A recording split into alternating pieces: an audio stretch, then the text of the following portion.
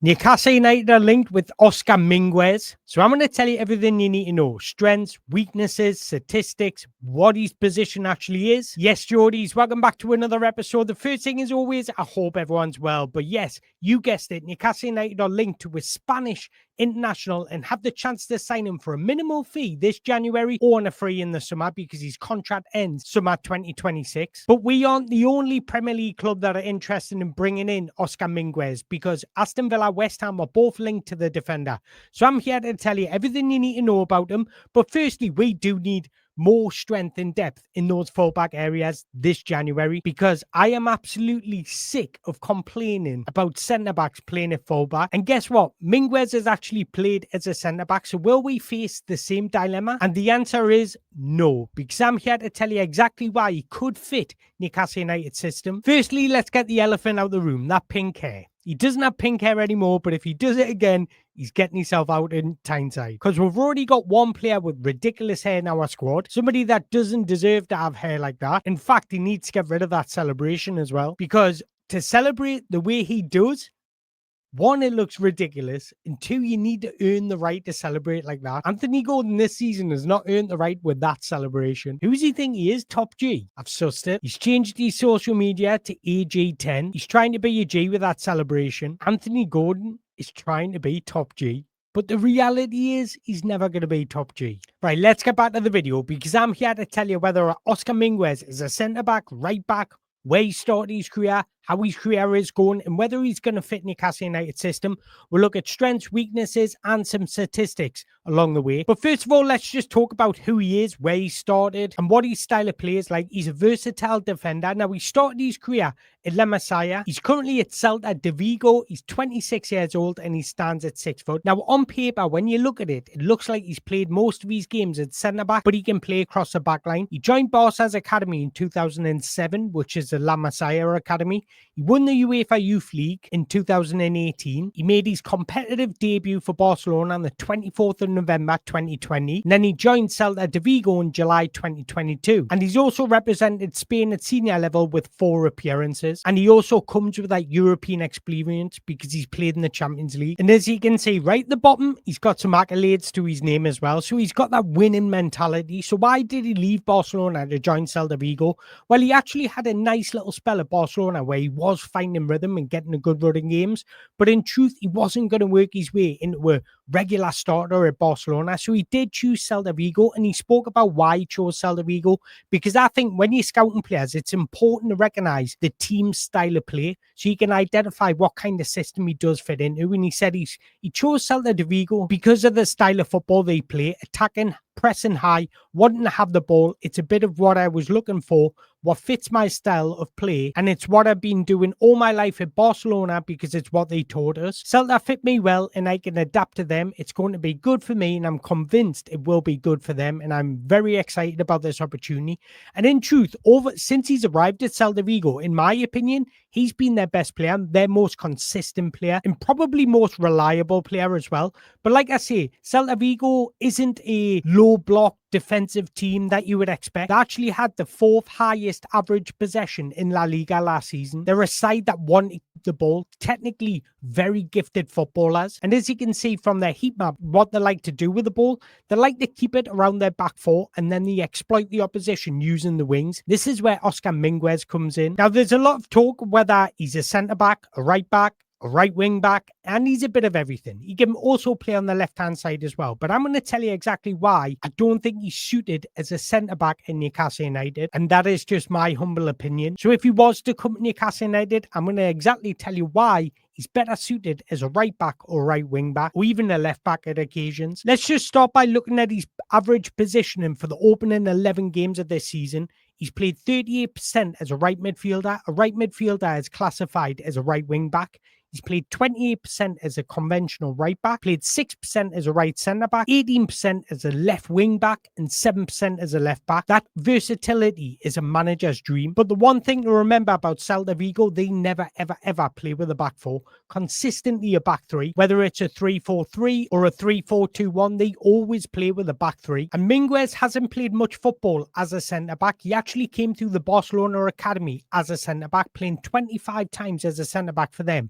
6 times at right back and only 3 times at left back. Then when he moved into the Barcelona first team, again, he played the majority of his games as a centre-back, 31 times as a centre-back, 29 times as a right-back, and only 2 times as a left-back. So those are his statistics at Barca. So he was primarily a centre-back when he was at Barcelona, but it was when he moved to Celta Vigo was when he transitioned into a more conventional fullback, because his first season at Celta Vigo, he played 18 times at wing-back, 12 times at right back, only 4 times at centre back, 1 time at left wing back, and 1 time in centre midfield. If we move it on to his second season at Celta Vigo, he only played once as a centre back. So he's pretty much a centre back that has been converted into a right-sided defender who can occasionally play on the left. Now, even if you have a look at his heat map from last season, the majority of the time is spent on the wings, either on the right side or left side. So what I'm saying is he's pretty much a fullback. Now, the reason why I don't think he's suited to Newcastle United as a centre-back, because he doesn't suit that 2-pair centre-back position.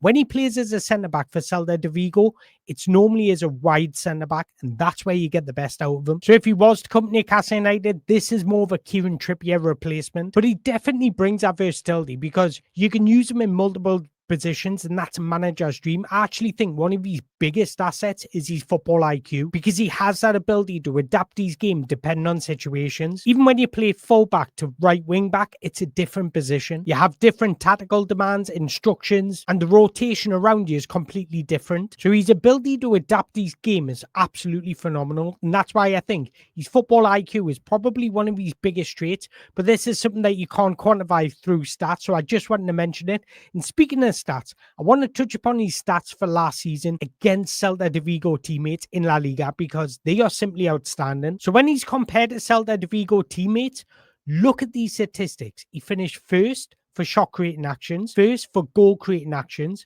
first for crosses, first for passes into the penalty area, first for expected assists, second for key passes, second for touches, fourth for tackles won, first for dribblers challenged, and first for blocks. So when I say he's Mr. Reliable and been one of the most consistent players for Celta de Vigo since he arrived at the club, those statistics prove it. Now, there is one statistic that I put in red there.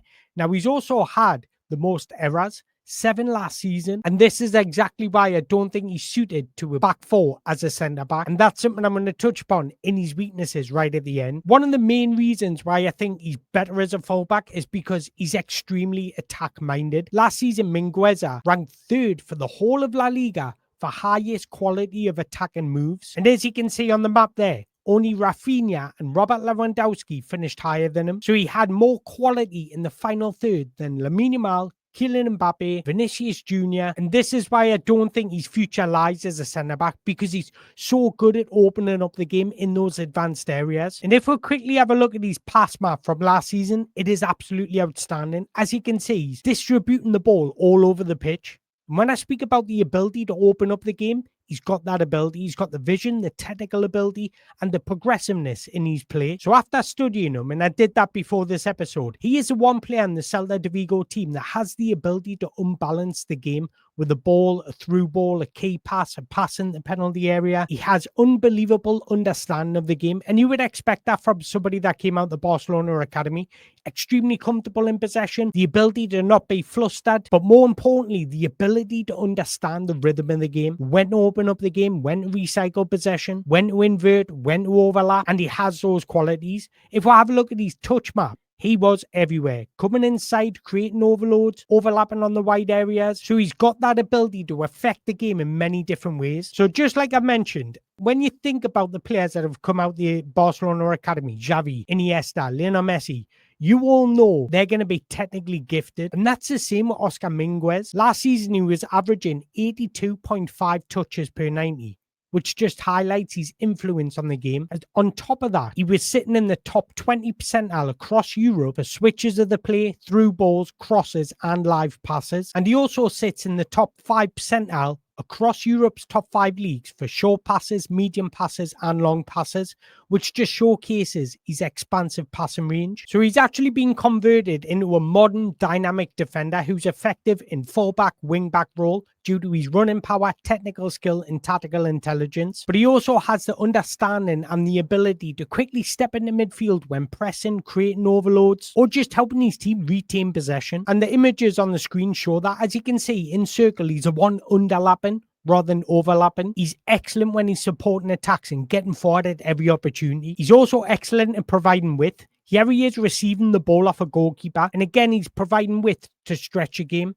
And as you can see, he creates space in several areas for midfielders to find and exploit space. And when I say he's technically gifted, here he is just being comfortable under pressure, but also having the ability to find and spot a pass in several areas. So when I talk about that ability to open up the game, this is exactly what I mean. So even if we're moving on to his touch map, as you can see, he's very active in the final third, but he's also very active all over the pitch. So what I'm trying to say is Celta Vigo give a lot of freedom to their wing back, and he's certainly taking advantage of it. Let's talk about his best attacking traits. He's comfortable breaking lines with forward passes and dribbles. And if we're moving on to his dribbling, he's not yet a dribbling specialist, but he's comfortable carrying the ball from deeper areas into advanced areas. So what I'm trying to say is he's not somebody that'll get on the ball and do tricks and maneuver past players with a drop of the shoulder, but when there's open space, he's excellent at driving into that space. And again, this season, that's something that we lack at fullback. When we don't have Tino Livramento or Lewis Hall on one side, we've got nobody penetrating with the ball, nobody to attract defenders towards him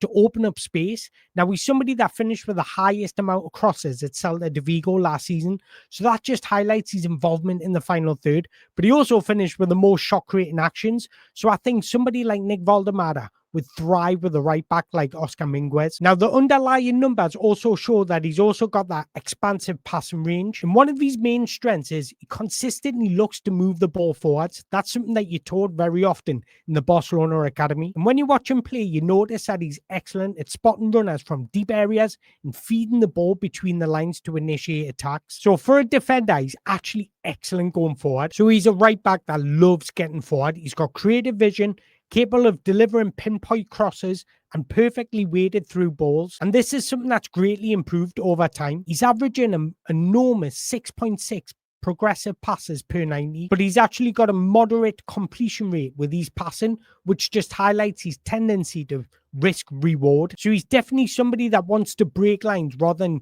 look for the safer option. What I'm going to do now is we've already compared him to his teammates last season. Why don't we compare him to everybody in La Liga? And let's just focus on his attacking traits. And when I say he's comfortable in possession, he ranked 15th for the whole of the league for passes last season with 1,692. So how impactful were those passes? Well, when I say he's progressive, he ranked 9th in the whole of La Liga for passes into the final third, which again highlights his willingness to move the ball forwards. When he's got the ball at his feet, does he create? Well, we already know he ranked first against his teammates.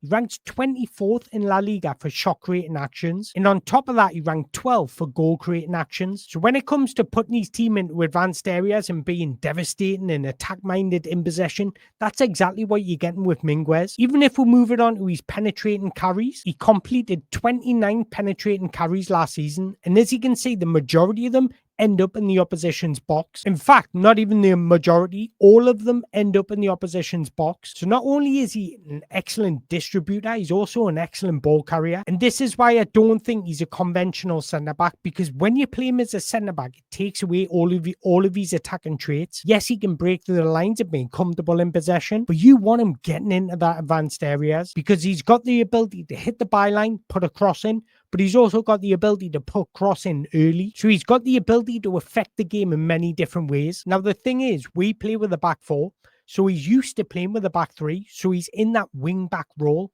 When you play that role, you have more freedom to get forward. So if he did come to Newcastle United, because we play with wingers, I would expect his attack and output numbers to come down slightly. Let's talk about him defensively. If we have a look at his defensive territory map from last season, the majority of his tackles, challenges, or actions come in the wide areas, but he's definitely comfortable stepping inside and winning the ball back. And as you can see, he doesn't actually commit many fouls, which is very pleasing. So what kind of defender is he? What kind of actions? Is he a proactive, aggressive defender? Or is he more calculated? Is he quick enough? Does he have recovery pace? Let's break it all down. Now, I would say he's got good recovery pace. He's not lightning quick like Mickey van der Ven, but he's good enough. He can sustain speed over longer distances, and that's why he's suited to a wide role, or when he's playing at centre-back as a wide centre-back. Now, when it comes to dueling, he is a proactive defender, but he's not aggressive. He relies on anticipation and timing rather than sheer physical dominance. It's very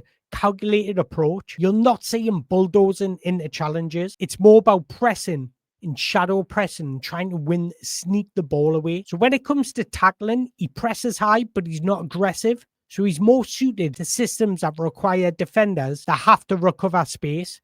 We need that from our fullbacks. That is something that we miss from Tino Livramento and Lewis Hall. Throughout this video, I've said that you don't get the best out of him as a centre-back and a back four, and this is my reason behind it, because he's improvement areas, in my humble opinion, for what it's worth, he isn't really suited to a back four when playing as a centre-back. He's far more suited to a back three and a wide centre-back, but even more as a wing-back or a full-back. And the reason being is because he doesn't have the physicality or positional discipline concentration of playing a back two. Now, his other two improvement areas, probably acceleration. Now, he does have good pace over longer distances, but his initial explosive acceleration, he struggles a little when he's pinned up in one-on-one situations against agile attackers. Now, another reason why I don't think he's suited very much to a back two when you're playing like we do with a back four. We've got Sven Botman and Malik Chow, because he doesn't have the physicality. And when you're playing the back two, you need to be aggressive in those one-on-one situations. So he's not a powerful or a powerhouse type of player. It's more about reading the game and being calculated in your actions. And finally, let's just finish up by looking at his chart map. And it's literally everything I've said. As you can see,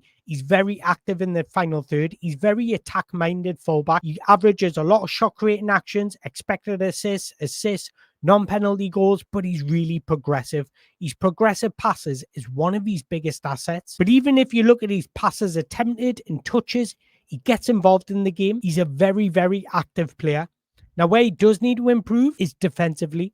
This is why another reason why I don't think he's suited to a centre-back and a back two, because he's not averaging a lot of tackles per 90 or dribblers tackled.